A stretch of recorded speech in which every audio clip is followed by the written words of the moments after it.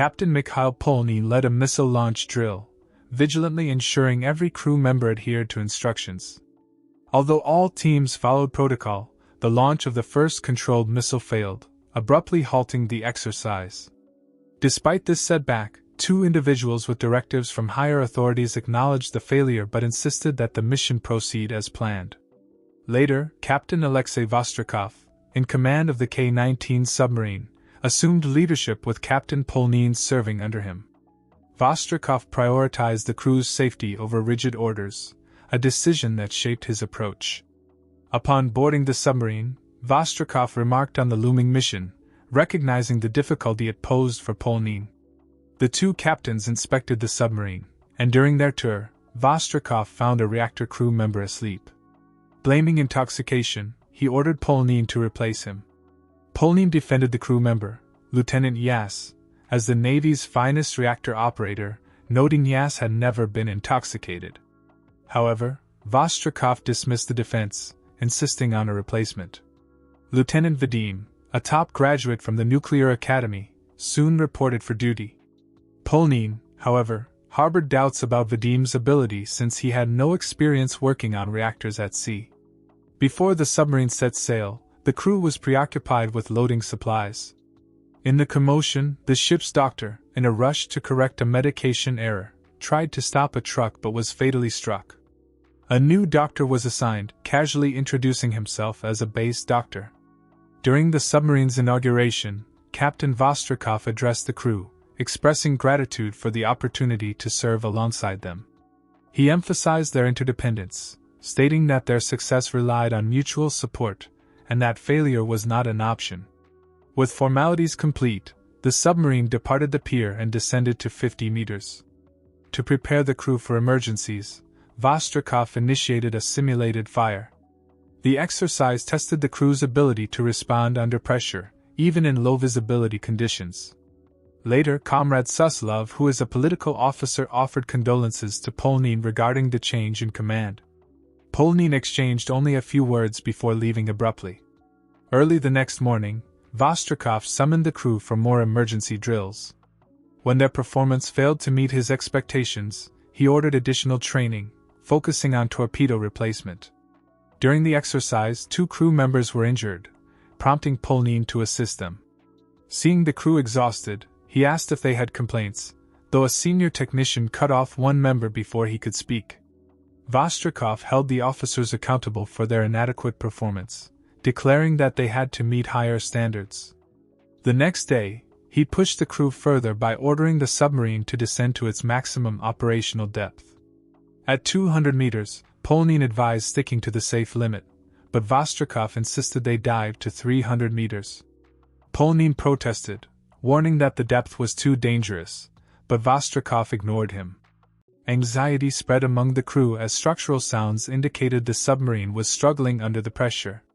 Vostrikov then initiated another drill, simulating a flooding scenario in the torpedo room, and ordered the submarine to surface.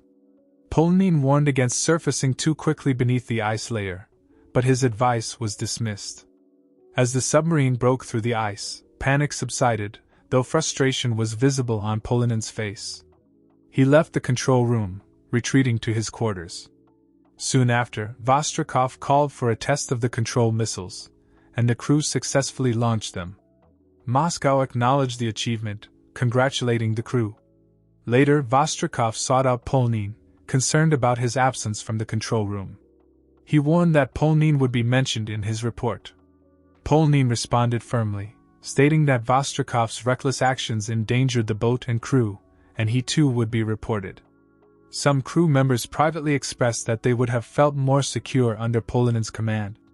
While the crew adjusted to life at sea, the reactor's cooling system suddenly failed, causing panic. A control rod was inserted to halt the reactor's leakage, but the temperature continued to rise. It was soon discovered that a backup cooling system had never been installed. A heated argument erupted between Vostrikov and Polnin over the lack of experienced reactor personnel. The submarine surfaced, but they were unable to contact the fleet due to a damaged antenna, likely from their Arctic maneuvers. As reactor temperatures threatened to reach 1000 degrees Celsius, the crew agreed to manually install the cooling system, with teams rotating every 10 minutes. 2 volunteers braved the reactor room first, protected only by makeshift rain jackets due to the lack of anti-radiation suits. Upon their return, the men showed severe radiation sickness, with swollen bodies and vomiting. Polnine, overcome with guilt, searched in vain for better protection for the next team. Despite the crew's suffering, a third team successfully restored the cooling system, stabilizing the reactor's temperature. Vostrikov inquired about the condition of the exposed crew members, but the base doctor admitted he had little knowledge of radiation-related injuries. With food supplies contaminated by radiation, some crew members were evacuated outside the boat to minimize exposure. An American helicopter soon offered assistance, but Vostrikov declined.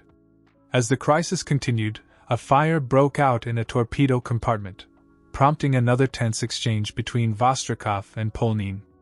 In the chaos, 2 crew members, angry at Vostrikov's leadership, seized control and aimed a pistol at him. They tried to reach out to an American destroyer for help, but Soviet authorities intercepted the communication. The K-19 situation was declared a failure, and Vostrikov was branded a traitor. Despite the turmoil, Polnine offered Vostrikov the chance to remain in command, suggesting a change in leadership style, one based on humility and respect for the crew. Vostrikov acknowledged the severity of their situation, explaining that failure to repair the reactor could trigger a catastrophe, provoking U.S. retaliation. When Vadim, who had been working on the cooling system for 18 minutes, collapsed, Vostrikov personally retrieved him. With the reactor stabilized, the K-19 surfaced. In a final gesture of leadership, Vostrikov gathered the crew and praised them as heroes for their efforts. As they transferred to a rescue Russian submarine, Vostrikov questioned Polnine about not assuming command earlier. Polnine replied that a submarine could have only one captain at a time. Following the incident, the crew was sworn to secrecy for life. Tragically, several crew members who had repaired the reactor died shortly after returning, with more succumbing to radiation in the years that followed. Though Vostrikov retained his rank, he was never given another submarine command, burdened by the events aboard the K-19.